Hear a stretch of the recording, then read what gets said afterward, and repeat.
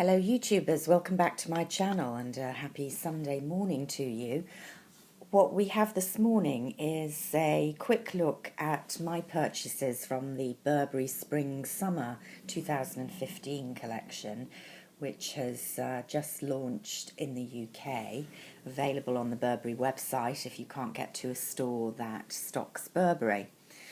I guess the star of the show is this blush palette you see opened in front of you, engraved with rain or shine.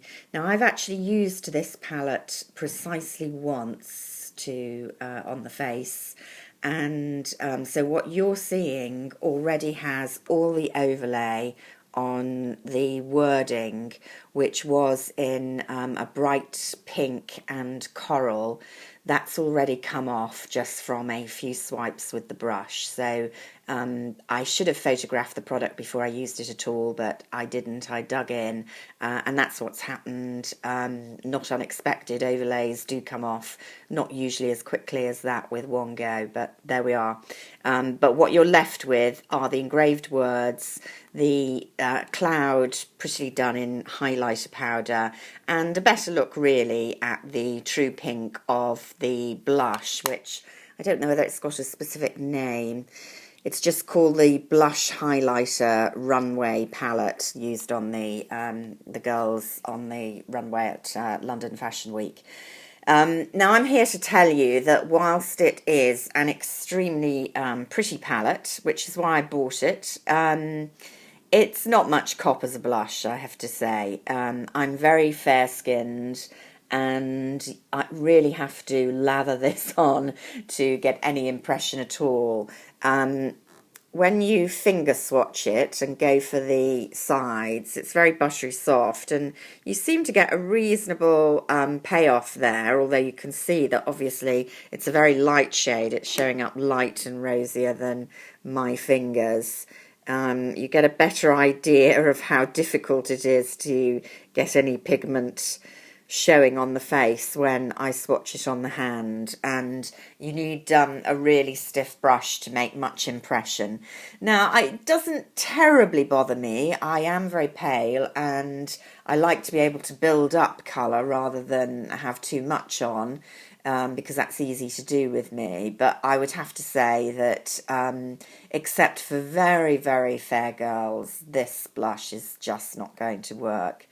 The positive is when you manage to build up enough colour, it's a pretty quite lucent colour, so it's not shiny, there's not glitter there, but it definitely looks pretty and translucent and girly. So from that point of view, it's very nice. The other thing I would say about this palette, I should mention it's £45, so it's not cheap. It's beautifully packaged, of course, beautifully designed. Wendy Rowe, I think, is the artistic director of the makeup range, and she's a lovely makeup artist. And I always think Burberry products are very wearable. That's the plus.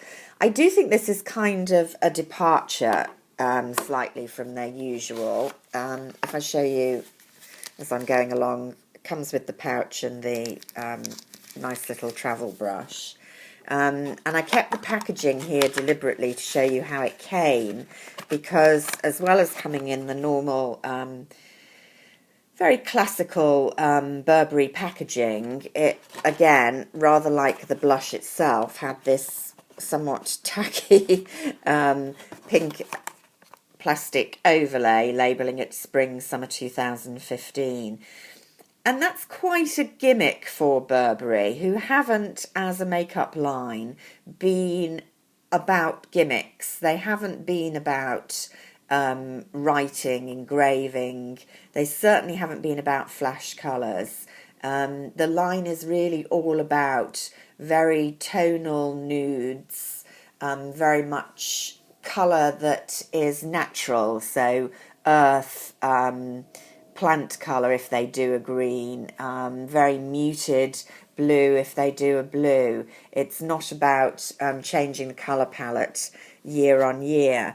And I'd also say it's always been about very high quality. I do like Burberry. I think, you know, some of their single eyeshadows are really stunning, and I would say that this new line is bringing out some of the classic colours but in a wet dry formula. I haven't tried those yet, but they might well be worth looking at, because some of their classic colours, like Midnight Brown for example, is one of the best dark browns you can get out there.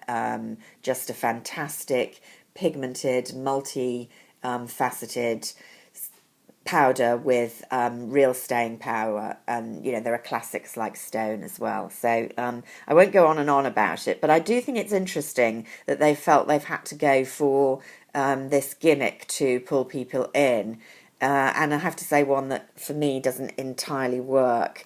Having said that, I have never bought a Burberry blush before. I have bought the highlighter and the glow palettes, they're fantastic. Never bought a blush before. And of course I bought this one, so, you know, they have to do what the punters want, I guess. So what I would finally say about this is a really pretty palette, but it's £45, unless you're really in the market for a pale blush. I have to say I'm dubious about saying anyone should get it. If you're really into, you know, going for a pretty engraved, gimmicky blush, but one that works, here's the baby, the Chanel one.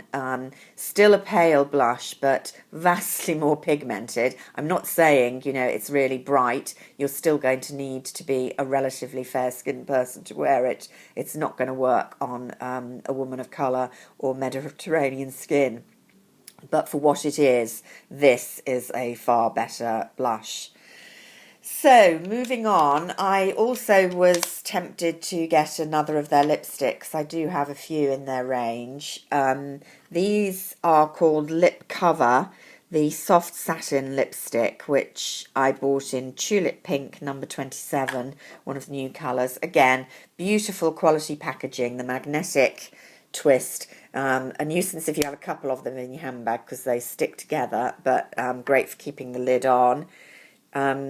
Again, you know, the beautiful engraving. This is just typical of their pretty neutral shades. And there it is, a kind of corally pink, showing up a little darker on my skin, a little more coral with a bit of sheen. It does have a bit of sheen. Then it shows up on my lips, where again, it's just a my lips but better look. Very comfortable. There is a fragrance, a lipsticky fragrance. I don't find it offensive. Nothing spectacular or different about this, but if you're in the market for a comfortable wear lip stain that's just giving you a polished look, then Burberry's are very nice. Here's one I've got from my drawer, which is another lip mist in Field Rose. So they all have these names, and, you know, if I show them together... There's not a huge difference. This one obviously much cooler and slightly pinker, but you know, when you go to Burberry and look at their lipsticks, this is what you see, you know, a whole range of very similar tonal colours, which was, you know, what I was trying to say about the Burberry line. And, you know, there's that one on. I think it's part of the permanent edition, so you can see. I didn't really need to get that new one, did I? But there we go. I did, and they're nice lipsticks in their own way. I think I've done those the wrong way around. There you go. Also in the range, I have showed these before some months ago because I got a preview of them. I wasn't given them, I bought them, but I did get them back in the autumn. The two spring collections that are now the 6 new shades that have been released, because they use these on their autumn runway. And so these are the pinks and reds. If you buy 3, they come in a nice little box. That one is Pink Azalea. This one is the Hydrangea, I think, Hydrangea Pink. And this one, which was my favourite on, very nice coral indeed, is Bright Coral Red. It's actually a very mid-toned, bluey pink coral, I would say. Very, very pretty shade on the fingertips. They're okay. They're average last. they do good creams, Burberry. I don't think they're as good on the shimmers, although you know I loved their gold one at Christmas. And this is the blue edition. One of these is in the permanent range. I can't remember which one of the two blues. But the others, the aqua green, stone blue and imperial blue, it might be imperial blue that's in the general range. I thought these were really pretty, you know, together as a tonal range. I'm not that sold on any of them individually on my fingers. This is the most unusual one, and it is very pretty colour. It just somehow doesn't quite look right on my pale skin. It makes my nails look a bit ill, I think. So I personally much prefer the pinks here, but they're nice polishes if you're in the market for a polish, and for a quality polish they're slightly cheaper than Chanel, a lot cheaper than Tom Ford. They're £15 each, so you know, that's a few pounds off the other premium ranges, so might be worth looking at.